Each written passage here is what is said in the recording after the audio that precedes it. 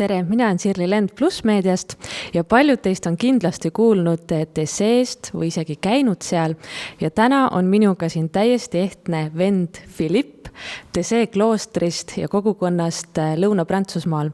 Ja tema on Eesti ja eestlaste töö eest vastutav ja seega ta ongi siis Eestit külastamast. Hello. Hello. Why Tesee community exists?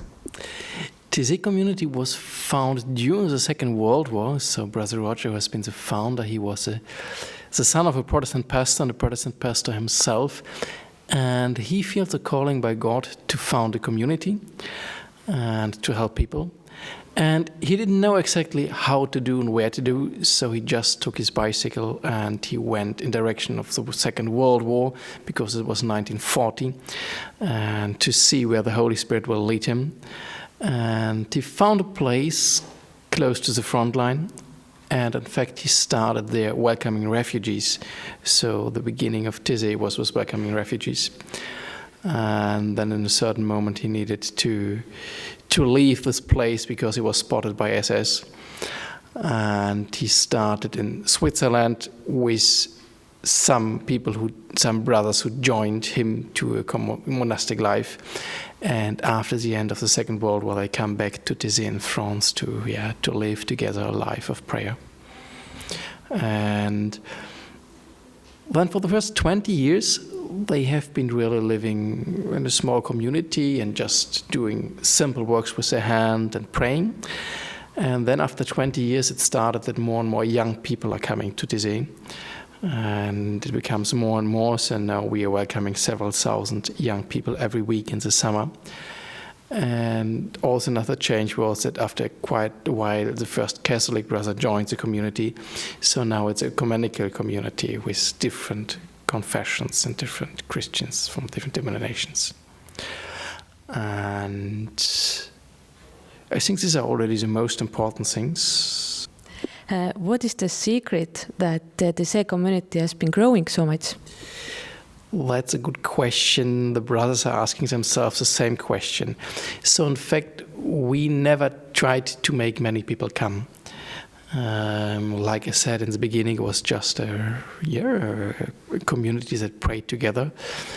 And some young people started coming. And in the beginning, the brothers didn't really know what to do with all these young people. But for Brother Roger, it was very important to welcome them. And so the brothers adapted to them. And we are still very amazed about so many young people from so many different countries, from so many different backgrounds, from China, from Egypt, from Africa, from South America, from India, from all parts of Europe. That are coming every year to Tesee. And I hope that there's something of the Holy Spirit, that he started something, that they can find something in Tesee, what is given, what is present in the prayers. And now it's also an important part of Tesee to experience this wideness of the church. And it's something very wonderful to pray together with people that come from Chinese house churches, or that come from Brazilian churches, or that come from Africa, or that come from Orthodox churches, or Coptic churches, or Protestant churches, or Catholic churches. And it's a wonderful experience to gather so many Christians from different places and to pray together. Why is Tesee prayer style so different? It started in a different way. So when the brothers have been praying among themselves, we have had nearly typical monastic prayer. But when the young people started coming in bigger numbers, we realized that it's not very accessible for them, because most of them have not been used to liturgy, and most of them have not been speaking French, but they come from very different languages. So we needed to find a prayer style that is somehow easy to enter. And that's why we have these repetitive songs where you can easily pick up the melody, and where after a certain while everybody understood what is the sentence about that we are singing. And it's a style that is in the same moment somehow deep and somehow accessible for people who are not so used to pray. Why did you become Tesee brother? I think that very early in my life I wanted to do something with God. And I was brought up in a Christian family, and my mother's Catholic, my father is Protestant from a kind of evangelical free church. And as children, we went one Sunday to one service and another Sunday to another service. And I did this over many years. And when I came first to TZ, I was choked by that suddenly all the denominations have been praying together. And this was something very touching for me. And I think also the experience of prayer and TZ, what touched me very strongly. And so in the first week I've been in TZ, I've had the idea already to become a brother. But with 15 years, you have many ideas. So there have been first several other things I needed to finish in my life. But some years later, I effectively came back and I became a brother. Now you have been living in TZ many years already and met many young people. What can you say about their spirituality? And if you have met some Estonians, maybe about Estonian young people's spirituality? I think the young generation have a interesting approach to spirituality because they have less intellectual knowledge about religion than the generations before. But in fact, in Christian life, it's not mainly about knowing something, but about knowing somebody, about knowing Jesus Christ.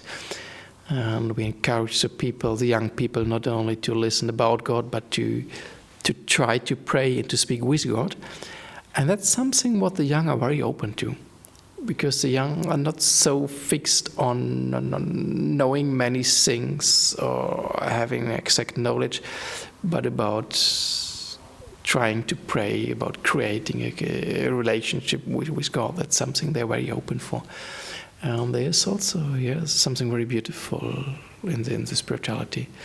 And they are very open for other cultures, which hasn't been like this some generations before. So I would say what is typical for the young generation is that they have less knowledge maybe about religious things, but they have the big openness for new experiences, and then that big openness to just try something and to give themselves. And we experience in TZ that they're also very willing about helping other people, because in fact we're asking many things of them, because TZ is working only with volunteers, and we ask them to help here, and we ask them to give a hand in many things. And we're always surprised how positive they react. And maybe in the first moment they're not sure, but once they started, they're always happy with what they're doing. And the Estonians are also very willing to do things. Compared with other cultures, you realize that they're more calm. Maybe this is something very Estonian, to be more calm. But there is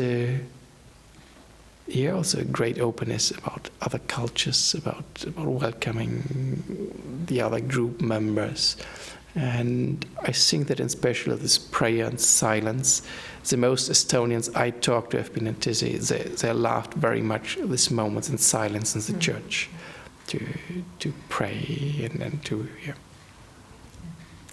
Young Christians who are struggling in their lives, what would you say to them? I mean, if we read the Bible and we read the persons that have been in the Bible, we see that they also have been struggling a lot. And it was always an experience of life that there are many struggles.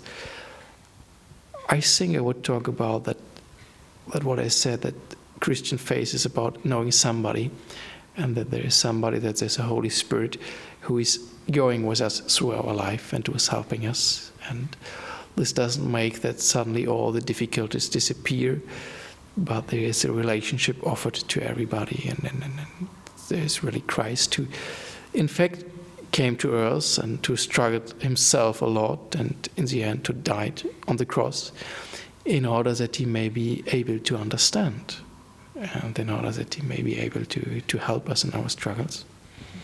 Yeah. And finally, what would be the best options for Estonians to experience TZ prayer and TZ life? I mean, there are several options. So first of all, there's some parishes here who have some TZ prayers sometimes. Of course, you're very welcome to Thésée in France. If you can come to there, it's a very small village in France, but it's very nice there. And so you can just see there are always some groups who are coming there. Then once a year we do have a European meeting, so in one city of Europe. And in the end of the year it will be in Riga.